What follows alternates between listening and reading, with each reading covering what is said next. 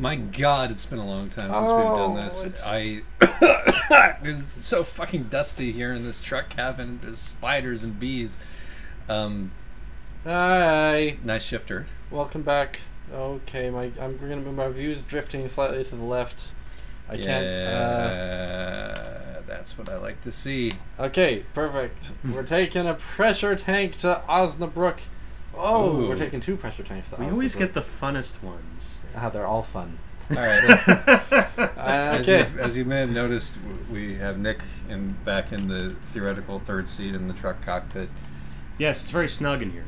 You may remember Nick from his disquisition on theater and its discontents from Link in the description. some times ago, and he has come to us with a new project, which means that we have gotten off of our asses down onto our asses again in a slightly different configuration, and have come back to the truck spacular once again. Mm-hmm. Mm-hmm. Yes. Little rust here. And the reason why we have come to do this is that Nick wanted to talk about, drumroll please.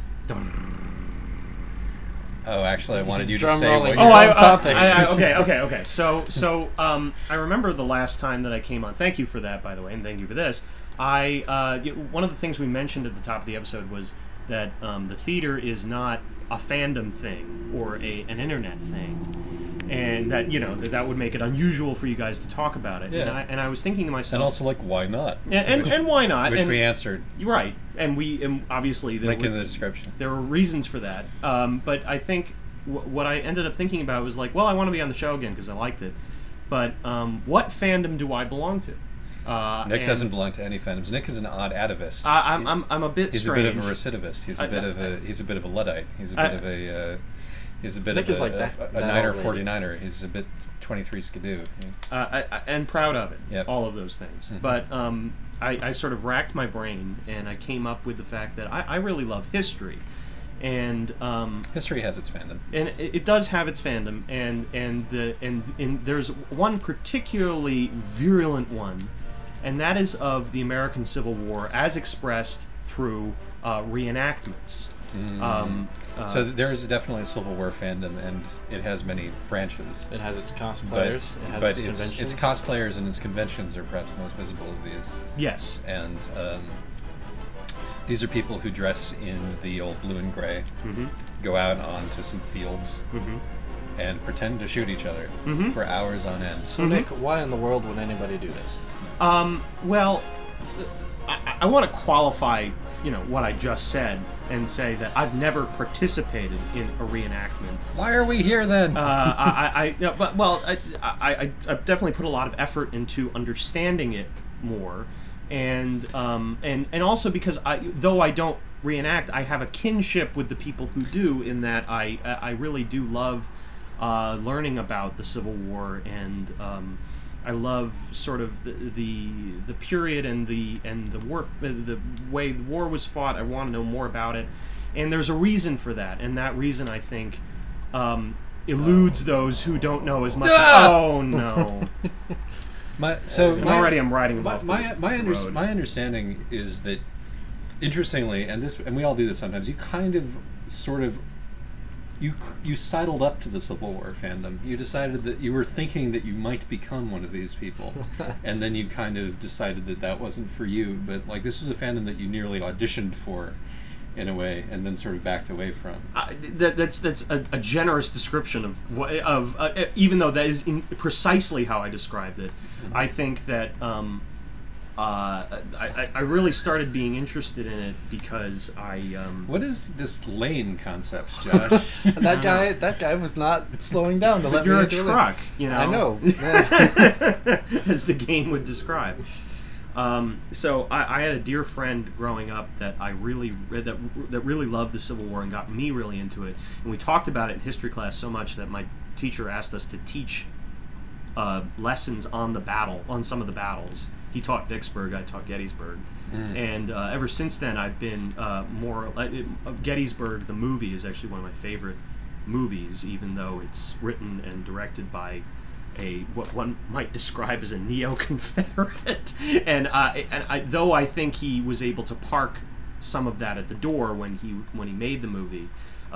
His subsequent pictures have been more pro-Southern than are my tastes.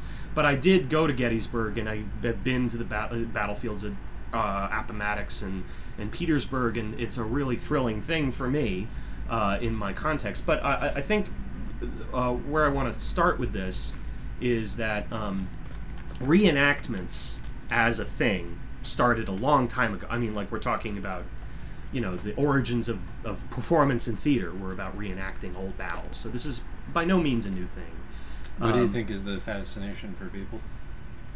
Remembering it, remembering what the contributions of their families and the identity of where they're from comes in their heroic deeds. I mean, that's just an old value that I think a lot of cultures have, and certainly Western culture. And we're going all the way back to ancient times, right. And sort of the reenactments that we really trace it back to are Roman times, when in Colosseums they would even have big like pools of water where they could reenact naval battles and things like that for the thronging masses. And this is not by any means Civil War reenactment may be niche at this point, but our fascination with, as the History Channel will attest, our fascination with the historical battles du jour, which tend all to be World War II battles at this point, are still, entirely a mainstream thing to be interested in culturally. Sure. Certainly not in the way of performance, but although there are First and Second World War reenactments, there are Korean War reenactments in South Korea. There are even Vietnam War reenactments. The whole thing becomes slightly stranger when there are wars that we lost. Yeah, definitely strange, and definitely these are things I haven't really researched as much, but I can't even imagine. There is a place in Pennsylvania, where people go to reenact the First World War. Mm-hmm. That must be I don't part know how of they do that. That reenacting a war that we lost must already Deep be part of trenches. the equation for some in the Civil War fandom, right? I have always it's the cornerstone of Southern reenacting, I think. There's a sort of an issue here that I want to get into. Yeah. Which is, and forgive me for deviating from some of your more historical notes to get into more of the fandom side of this, because I'm interested in how this acts as a fandom. And I have fandom notes as well. Mm-hmm. He's actually, this is the first time anybody has brought notes to a Trux. He's got a notebook. I had about 3 months to prepare for this, so I've gotten a little bit obsessive. So it's just true. forgive Remember me. when we said we were going to do this? Yeah, back in December. Remember when we said we were going to do Trux? I mean, that's another thing. Or when we were going to upload Let's Plays. Yeah, hey, if you're still here, thanks. This channel isn't dead. Things are going to keep happening here. Yeah, I've been busy. We've all been busy. It's just moribund. It's farch, for Christ's sake. Right. Anyway, that's that. But my question was going to be, so I want to know whether it's more true to say that there is a Civil War fandom, or whether to say there is a Union fandom and a Confederate fandom. That's a good question. I would say that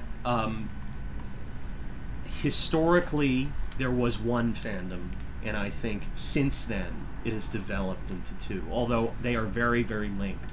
One cannot exist without the other. Well, clearly. But I think that the politics of North and South is embedded in our history, and there is an impression that there is a greater number of Confederate reenactors, and often that is the case, and people have to sort of be people have to switch sides sometimes in order for there to be enough to be people, a quota. for there to be a quorum. Oh, yeah, so to say. You have to be the Union kid now. Yeah. And the Union, but there are a substantial number of Union reenactors, and a lot of them now tend. As I said, there's no data about this, and I wish there was. I looked desperately for it. We never use data. But I wish I had it. A lot of them, especially since the 1989 movie Glory, have been African Americans who want to participate in reenacting, especially on the Union side, considering that it had almost 200,000 African American troops going into 1863 and 1864, and they only really were able to be in combat after the events of that were described in that movie. However, in recent times, there have been more African Americans fighting on the Confederate side. And there were African Americans who fought on the Confederate side. There's a lot of evidence for that, but probably there are more now than there actually fought. And as I said, there's no data to back that up, but it's a very interesting thing. This is fraught as hell. And yeah, it is. It really is. And there's more interesting stuff that I have here about women wanting to participate as soldiers, which comes up against this fetishization I think a lot of people have with accuracy, right? And whether or not something, because in the gradients of people who participate in this, there are actually like three classes of people who do this, as described by Wikipedia. This is Wikipedic knowledge. I can't stand by it exactly, but there are three levels. One is my favorite, called farbs, or farby people. And farb means that you have not put any effort into this at all. You come in with tennis shoes and blue jeans. And what does farb stand for? There's a lot of debate, actually. And I want to. How many pages of notes do you have? No. There are notes between notes about different things, but I wanted to share this with you. But farb is a word that there is really no origin for, but they have sort of since, kind of like the word crip, where they kind of like made acronyms for it later. Backronyms. So there's fast and researchless buying. Far be it from me to question. Oh my God. Far be it from authentic. Far off resembles British. That was my favorite. and there's also this theory that it's from the word farb, or German for color, as in you are wearing colors so bright and so clean that they would not be mistaken for someone who was actually gone into distressing. This is fantastic. Yeah, it's great stuff. And so that's a farb, and it is an insult to call someone a farb. Yeah. Although most people who are farbs don't really care. Right. They're there to have fun and to dress up and to put on their pea coat and the hat they bought at the gift store and a toy gun and participate. Your gray face paint is coming off. You bought your horns on Etsy. That's right. Yes. That's right. So that's a farb, and I don't know how many of them there are, but they are the bane countless of the farbs of the and it's such a word, and and it's even modified into an adjective, farby. Yeah, You're doing something farby. It's hella farbish. The middle of the road are called mainstream, and these are people who they don't have everything perfect. Like, and we're talking about like stitches. They don't eat a seasonal period appropriate food. They don't always sleep in their tents. This kind of thing. But they're there to put on a good people. show. Yeah. Okay. Yeah. Farbs are also pretty sane. Yeah, no. I wasn't excluding farbs from that. No, but these people who take it seriously as a hobby but are not nuts. Yes. Yeah, but they want to put on a good show, and they're there to educate, and they have like all the sort of values of a performance. I have to say that that this Wikipedia article was written, and that these first two categories are called farbs and mainstream by the article. It says something about who wrote it. Or who contributed to it. Yeah, right. Yeah. And so that's mainstream. A majority, I think, of people who do this and who do it in any sort of serious way that is meant to be presented are mainstream. Now the third category, please. This is really interesting. It's called the highest level, or the most severe of these people are called hardcore authentic, of course, or progressive. It's always the word hardcore that pops up in these spaces. Right, but the other term that they prefer is progressive. What the fuck does that mean? It's not clear. The other thing they're called are stitch Nazis by those who are from the farbs who are denigrating them. Right. And these people they often participate in public events, but they also participate in private immersion events, where people aren't supposed to watch, but they are meant to immerse themselves over a period of time so deeply as to not have anything modern sort of influence what they're doing. And there's like a deep immersion event, and the other kind of event they do are tactical battles which have rules, and they're like a game. Instead of it being a scripted battle from the history of the fight, They do what would LARPing. It would be called LARP. It is LARPing in every sort of sense of the definition. But Farbs don't LARP. Farbs don't LARP, although I'm sure perhaps there's no way of saying. But the other thing to take note of here is that the National Battlefield, the National Park Service that preserve these battlefields, do not allow reenactments. This must be on private land, right, or land that has been designated for this purpose. So the amount and so if you're going to be authentic, buying the right kind of things from people called sutlers, which is a word for 19th century word for people who sell these kinds of things, you will be paying. What little data I could get was you will be paying between $1,000 and $4,000 for your equipment, and then some organization that presumably the reenactors pay for are going to be providing the actual land on which to do it. Right. So which has been hopefully landscaped to resemble the appropriate contours. The only place that really you can do that at that I know of, and I'm sure there are other people who can tell me otherwise, is the Gettysburg Battlefield, and there is a reserved area for that. And those are like the largest Civil War demonstrations. So many things that are of interest to me arise here.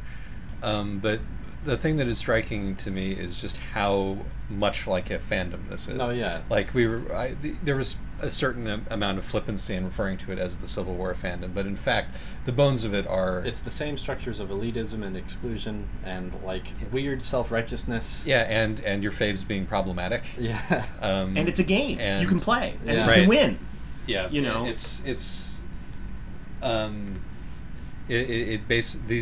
These cultures and these structures are just like so familiar in the way that they put together, and like the intersection of this with class and race, and how I'm sure that a lot of people would really rather not think about the way that it intersects with class and race, and the way that which is other incredible people are insisting on in a war fought over class and race in a big way, right?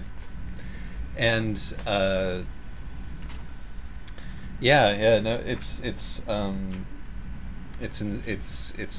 like insane just how the contours of this are. The Civil War itself has become a battleground for the a new kind of identity politics. The ideology of nerds. But I think the most amazing thing is that this particular practice is as old as the war itself, right. And that in fact. The first mock battle, is what they were called, was actually before the first battle of the war, at July 4th, 1862. This is before First Manassas. Like this is they just wanted to show. They wanted to have this show of the battle, and people loved it. They loved it so much, in fact, that during the first battle, almost a large number, maybe 500 people, came to watch it. They came to spectate the battle. Spectate the battle.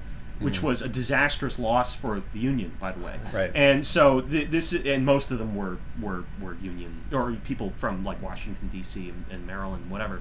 And it's incredible that this practice and this practice went on through the war, not just as a spectator thing, but also to train soldiers by not putting bullets actually down the muzzle. They would get the experience of what a battle is like, how to make formations when there were all this stuff was happening.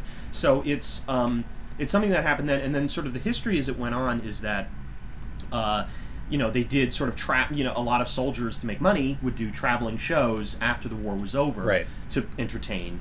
And then on the 50-year anniversary in 1913, there was a big sort of mock Pickett's charge at the Gettysburg battlefield that was just all these old Confederates emerging from the trees, going over a mile of ground, marching towards the position that they disastrously charged towards on the Battle of Gettysburg. And the Union guys behind the wall were so overwhelmed with emotion and with memory of this event that they just burst out from behind the stone wall that they were supposed to be covering behind, went up to these guys and gave them a big hug. Right. Like that's what the first major reenactment ended up being. These guys who had this experience and didn't want to fight anymore. They wanted to mend the old wounds. And the tasteful thing at that point would have been, all right, we've had the last reenactment that we're going to have. Can't top this. A great lesson has been learned here. But But for the next 150 years. Oh no, it gets better. Yeah. They in the 75-year anniversary, which was in Roosevelt's time, they did another one, which was, I mean, these guys were so old that it was reduced to them having a photo opportunity in front of the wall, just shaking hands. But when the modern reenactment movement that we know today actually happened during the centennial. Which, and it's actually, this is a auspicious time for us to be doing this, because we are right at the tail end of the sesquicentennial of this event. This is 150 years after the Civil War, and then actually in April it would be the 150 years of the surrender at Appomattox, which is the end of the war, and the assassination of Abraham Lincoln. So, but at the centennial, there was a reenactment by people who had not participated in the war, and it reactivated all these people's interest into participating as people in the war, and that has now gone on for years and years. And only 20 years ago was there what was it called, the Gettysburg Anniversary Organization or Commission that actually organizes it so that, you know, now when people come to Gettysburg to do the reenactments, they don't leave the town a mess. You know, that they actually, because they're going to come whether these people want them to or not. So they now have like national organizations, and this one even has command structures on both sides of the battle to make sure that everyone does what they're told. It's amazing. It continues to grow and change, but it is, as I said, as old as the war itself, and I think that speaks to something about what this war seems to represent to us. Let's hear it.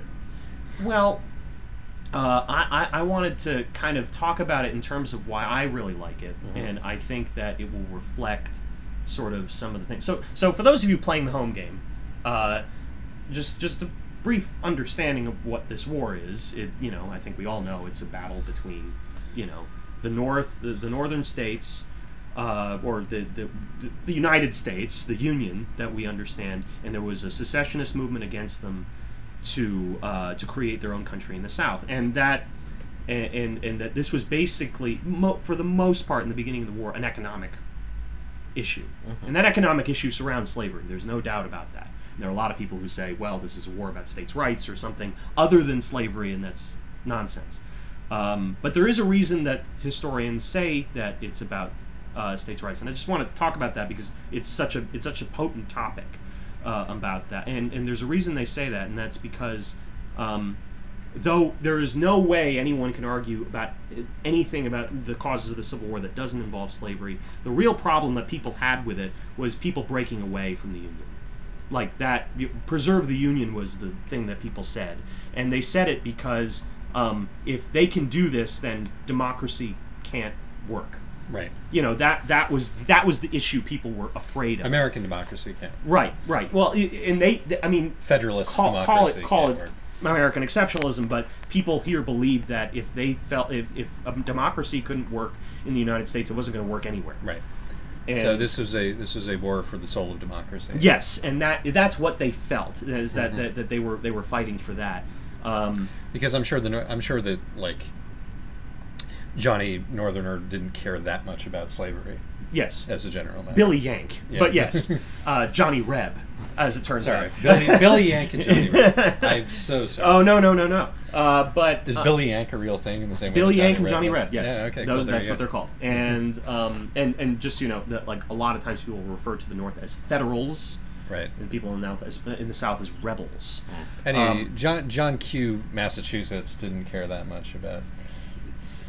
In fact, they did, and there are lots of reasons why. But like, suffice it to say that if you were to say that states' rights was a cause of the war, the states' rights to define freedom as they wanted to, you would not be wrong. Right.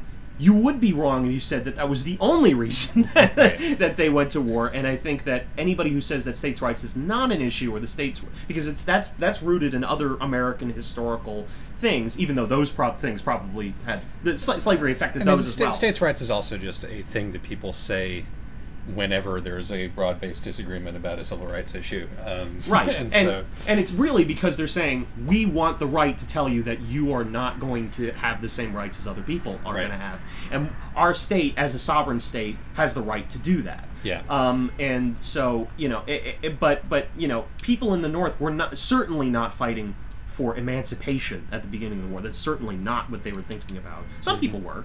And a lot of those people are very deeply religious, actually. Right. The abolitionist movement was a thing. Yes, it was a thing, and it was large, and it was loud, and there was no absolutely. doubt about it. But the reason that the North fought is because the South seceded. Yes. Essentially. Yes, and they said you can't do that, and just the details of this. But the thing that I wanted to talk about with the two things that I think are really essential for this to understand, like why this war, because not only do people in this country do this, this is an international phenomenon. There are Italian Civil War regiments. Italian-American Civil War. Italian-American Civil War regiments. There are German ones. There are English ones.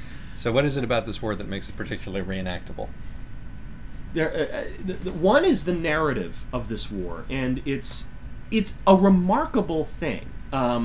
That because it is simply packed with coincidence and meaning and whatever, if you choose to look at it that way, and it's based on the historical record. So, like a lot of reenactors like to call themselves living historians, which as historians, opposed to dead historians. well, as opposed to written like writing, they are living, they are performing. Historians hate this. There are a lot of articles online right now that are saying especially now that it's the sesquicentennial, these people are silly. They don't deserve to be called historians. They're not doing historical work, and what they're trying to reconstruct is not reconstructible. This fetish with accuracy is ludicrous because they can't achieve it. Right. Which is true. It's Pierre Menard. Yeah, right. And I think this speaks to a lot of people saying, well, this is also a race and gender thing. That. Why are you trying to recreate accuracy of the people who fought the war if those aren't the people who want to participate? Right. That's insane. And So the circumstances which surround this, from what you're saying, and I can add a few things here. Yeah. A particularly good war. B, a war that we have a lot of primary source material from, in a way that is not necessarily true of other wars because it is so recent. Yeah. But it is not so recent that it is... would it be inaccurate, I think, to call the Civil War the last great pre-industrial war? It was the first industrial war, I would call it. Yeah, okay, I mean, at one point, it sort of straddles that. Right, but it's the last big war that was fought where the kind of tactics... Yes. That, like big military strategy tactics and, serious business, But I don't need to pouring over maps and shit tactics made sense. Yes. Whereas, that's how they tried to fight World War I, and in the face of the technology that resulted in a kind of trying to reenact World War I is you have to be a comedian, essentially. You have to have a very, very strong, very black sense of humor in order to reenact World War I. Like Rowan Atkinson, and right. He did. Yeah. But yes and no. I mean, the thing that I would say is that the technology was actually not available for this war to make sense either. But they didn't really realize that while they were fighting it. And I would say that all those things are true. And when I say that it's like a good war or a war that we say, I just want to walk through some of the things that we associate with that with the beginning of the war in particular, which was that sort of pre-industrial period. So the war started as a bombardment of a base called Fort Sumter in South Carolina, which was South Carolina was the heart of secession, and it was commanded by a guy named Major Robert Anderson, I think, and it was attacked by a Confederate general named Pierre Gustave Toutant Beauregard. If you can believe that. I can. And, of course, he was from Louisiana. Mm-hmm. And he was a brigadier general, so that's a higher rank than major. Major Anderson was his teacher at West Point. And he was... Toutant Beauregard taught some of his classes. Like this was a very close relationship. They bombarded the base, and the Lincoln administration, or that before they bombarded the base, the Lincoln administration had the choice: are we going to abandon it, which would be, very embarrassing? Are we going to attack, which would make us the aggressors, and I would need Congress to do that? Or are we going to resupply it and make them attack us, which is of course what we did. So we never declared war in this war. Because it wasn't a foreign country, and we were attacked first, and so they left, and we had the first Battle of Manassas, which was a disaster for the Union. We thought it was going to be like a 3-month war. Both sides thought it was going to be a 3-month war. Ended up not being that, and they hired a guy named George McClellan, Little Napoleon, as he was known, to train up the army, and he was doing such a great. He was built up all over the nation as going to be the savior of the United States, and he had an 100,000-man army to a 50,000-man army in the South, and he refused to use it. And there are lots of reasons why people. And this is like one of the disasters of the war. If he had just gone and done it, the war wouldn't have happened. It wouldn't have happened the way that we think about it. In fact, he was so hesitant. President Lincoln was supposed to have said, "If you're not using the army, can I borrow it?" Right. And so he went around. His idea was to go around and kind of pursue up the peninsula of the Chesapeake Bay and attack Richmond from there. And there's this great story about how, when he was going up the thing, there was a Confederate general named Magruder who had 11,000 men, like a tenth of this army. And he loved amateur theatricals. So what he did was he put a big cannon someplace, shot it at them, and moved it immediately to make it seem as if he had more men than he had. And he had brigades march in circles to make it look like they were marching and marching. And he just didn't attack them because he thought they were massive. So let me rather than get into quite so many anecdotal specifics. Okay. Let me generalize that one of the major sort of central ironies of this war is that I think, and correct me if I'm mischaracterizing anything, but in terms of tactics, in terms of generalship, in terms of brilliance, it's generally acknowledged that the South had the North, was way better at than the North, just as a general matter. That the South generally outplayed the North militarily throughout this conflict. Intellectually, yes. Yeah. The North, on the other hand, more brutal, more cynical, more apt to do things that were not particularly honorable or particularly kind, and won through sheer dint of superior numbers, superior industrial base, and superior foreign allies. Mm-hmm. Not superior foreign allies. The foreign allies really wanted the South to win. There's a quote from a historian named Eric Hobsbawm when he says, when you say, this was actually from the article that was written by Ta-Nehisi Coates, the argument for reparations. He said, when you say industrial revolution, you're saying cotton. Right. Cotton was the engine for the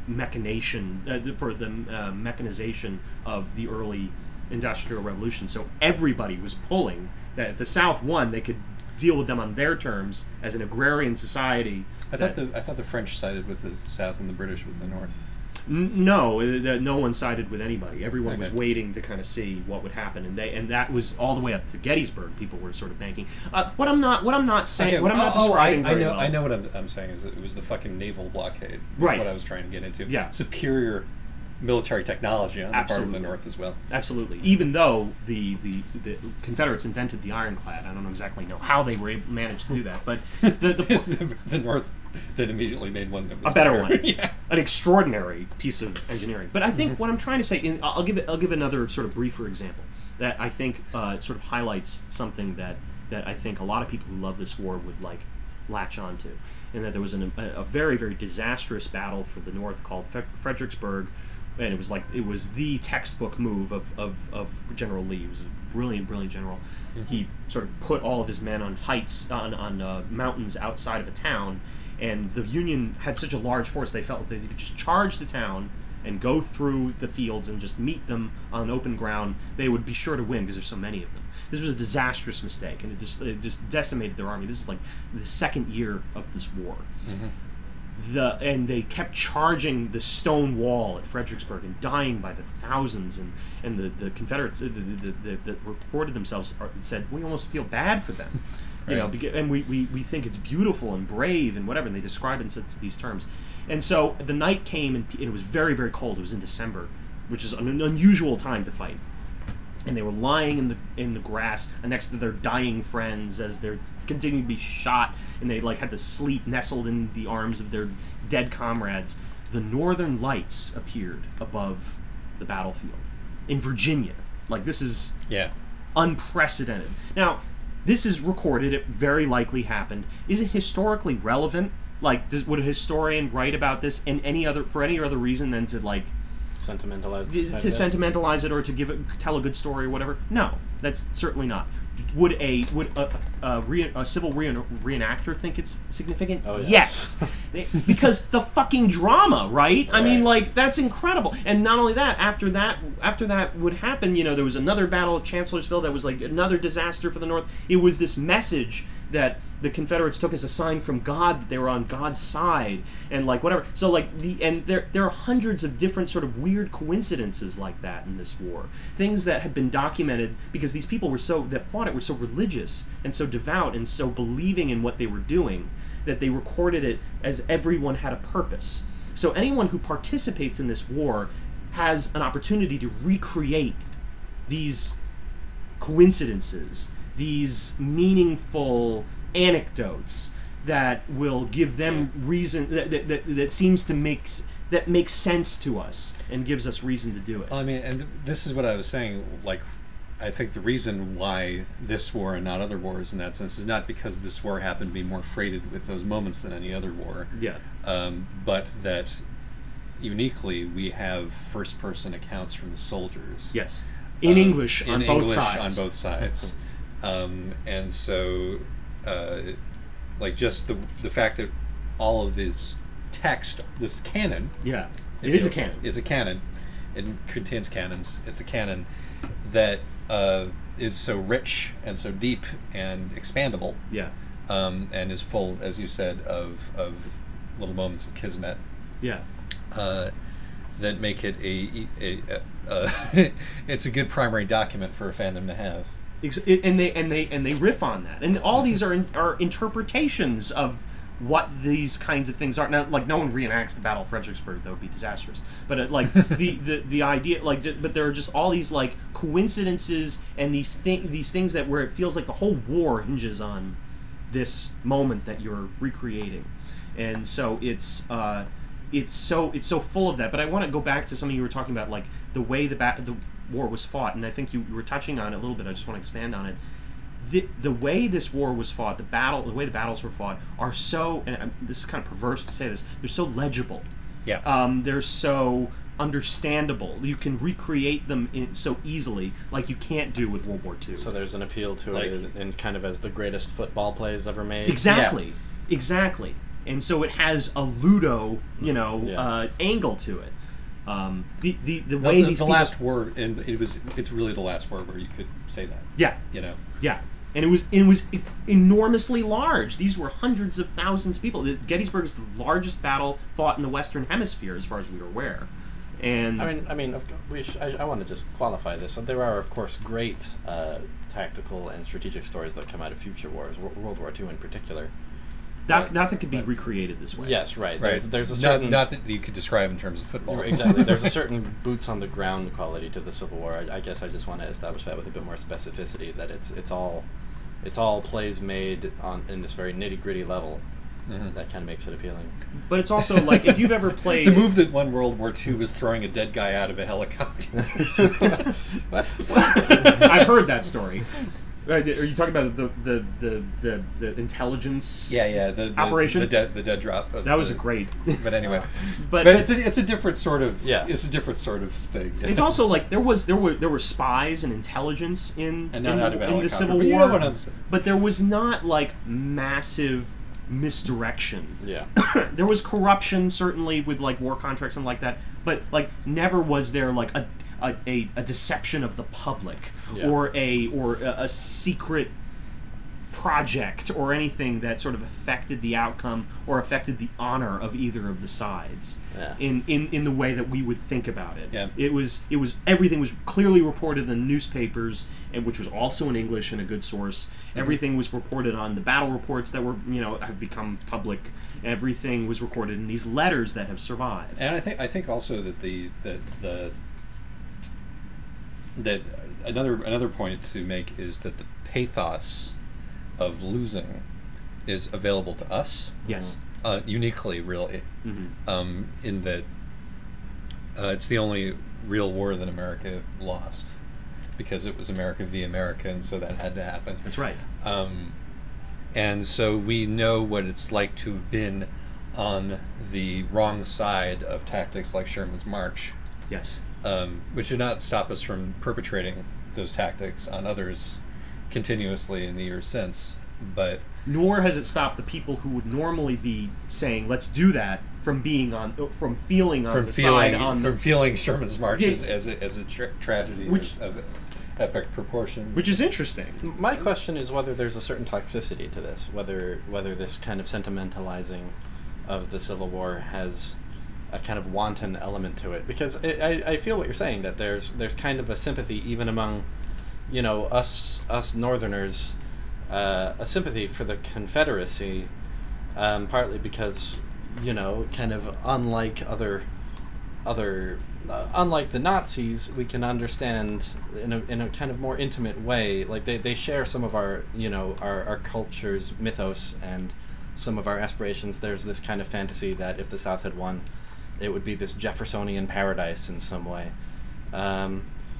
Where and of course this is all sort of brushing over the fact that they were fighting for their right to keep slaves, and like I want to make a note here that Yeah. only about a quarter of the people in the South owned any kinds of slaves. So I think that and I'm not saying that wasn't the cause of the war. I've said it many times. It is, but like the people who were fighting it, and I think the tragic part of it is that the people who were fighting it may have felt that they were fighting for some right that was being taken away from them. They weren't. A lot of them. There was a quote that said, there was a Union guy going, why that asked the Confederate, "Why are you fighting this war?" And they said, "Because you're here."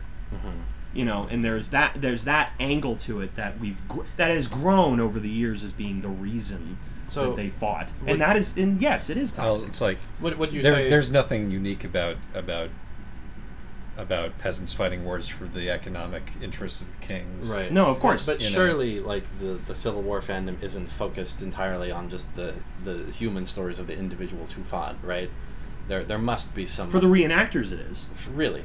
They research tirelessly to create a character based on this lore. I don't doubt it, but is this, like, there must be, like, people who side with the Confederacy racist in these things who, like, just genuinely wish the South had won. Absolutely. There is a word for that. They're called neo-Confederates, Right. and they certainly do. And they use this as an excuse. A lot of them use this as an excuse to say and think and express all the things that they wouldn't be able to do without the uniform on. Right, and I guess a kind of ethical question I have here is to what extent are even the Farbs enabling these people? Well, this is a fandom general question, because we Yes. all have people in our fandoms that we're not proud of. Right. And the question is whether I think that there's absolutely a thing to be said about, there are some fandoms where, of course somebody's going to take it and bring it to places which are terrible, and that doesn't color the whole fandom. Or whether there's something intrinsic about the fandom which will lead people inevitably to doing that and will attract that kind of person. It's like in the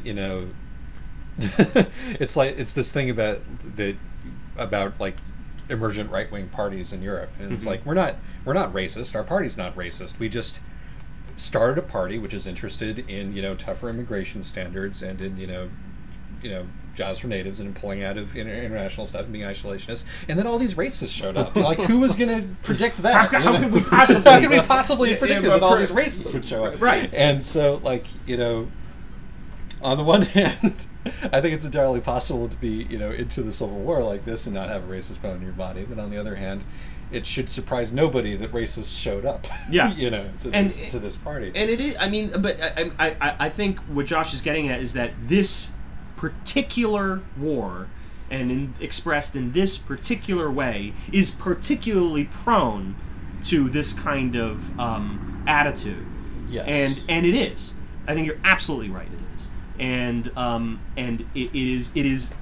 There was this great segment on John Oliver's show about the Scottish independence when it was coming up, where he actually showed a clip of like. Of Scots and Englishmen having a reenactment of a battle, and he was like, "We're still really working out the problem by, you know, like they're still fighting over this, and like, and you can see these guys really going at each other with their wooden swords on, you know, like on a battlefield, and it's like." He's right. That's what this is. This is a way. This is therapy. Is what you're saying? I'm not. I don't know if it's therapy. It's a way of expressing your point of view about this war.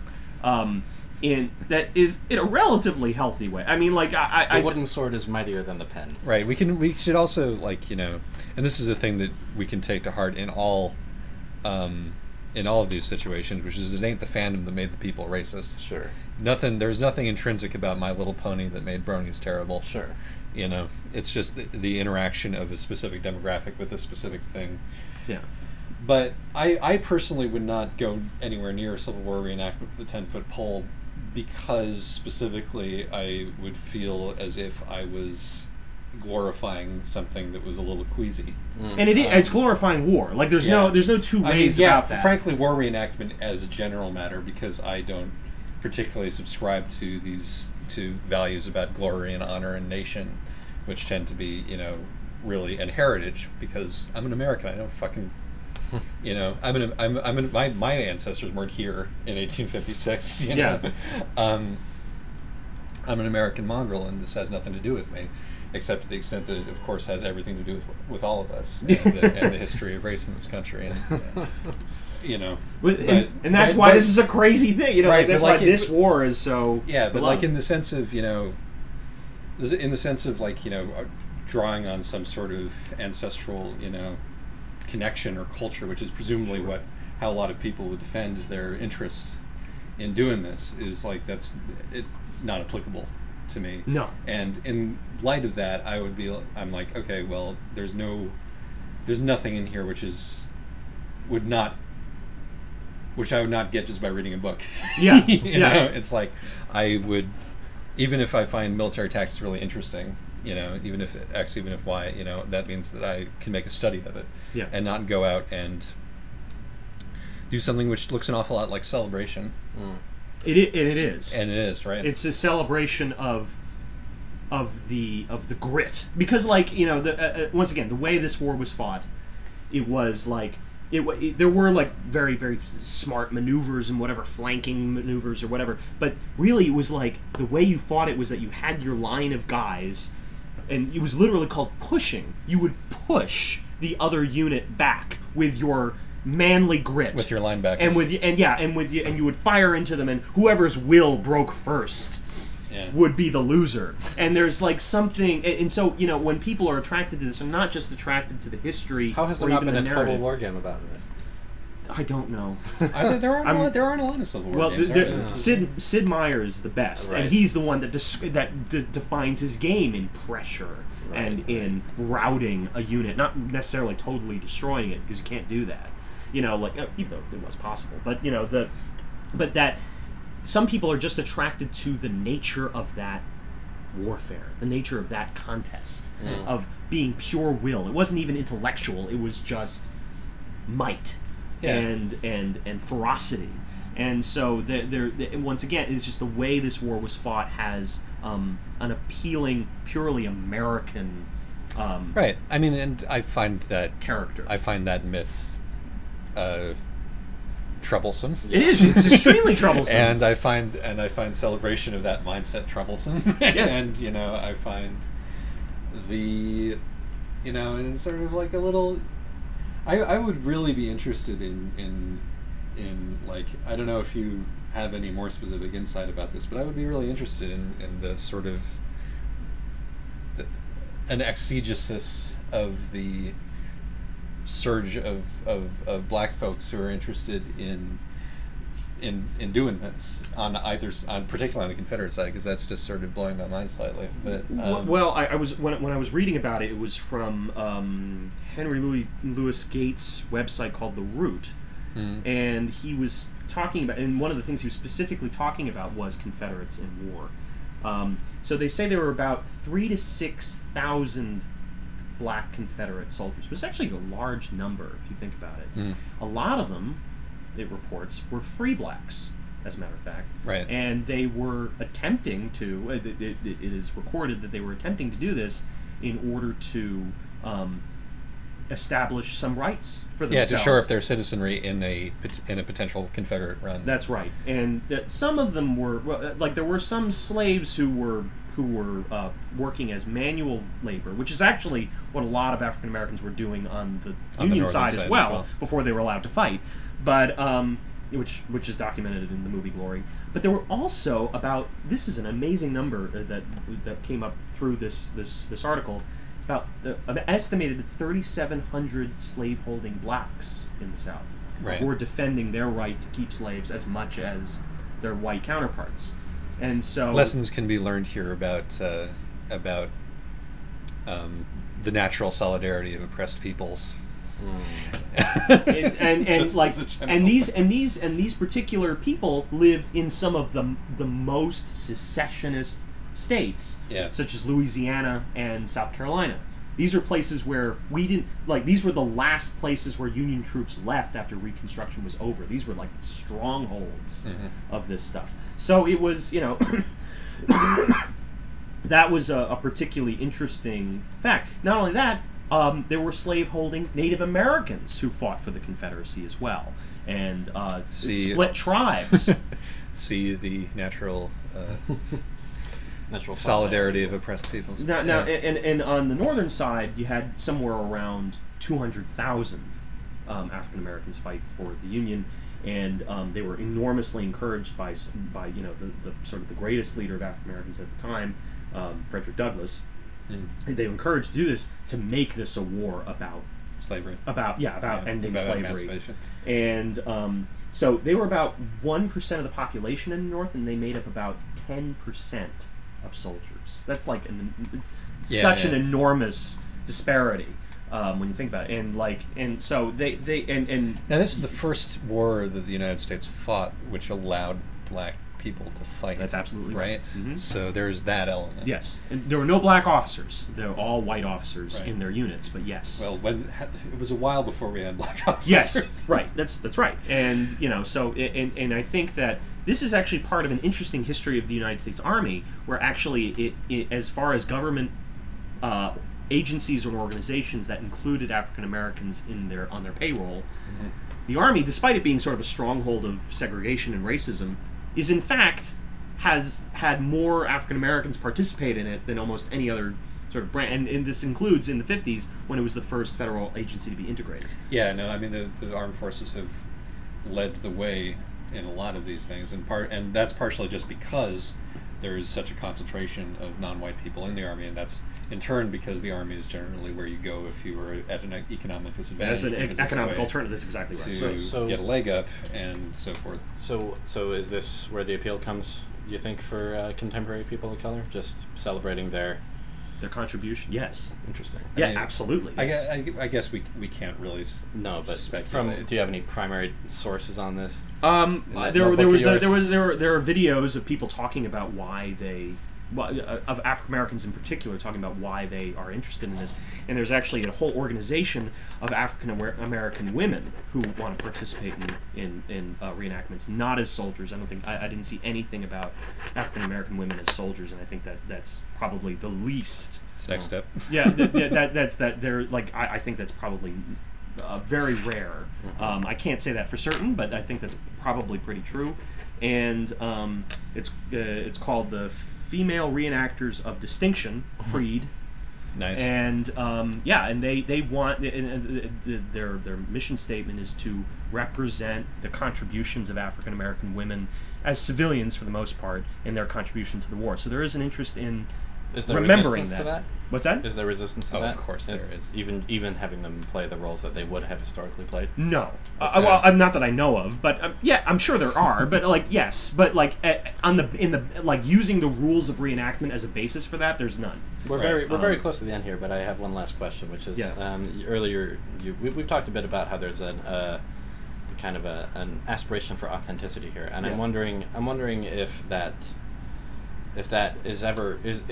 more flexible in some areas than others, because that seems to be their excuse for not letting women play soldiers. Well, actually, I can speak to that a little bit. Okay. One of the things is that women did serve in the Civil War.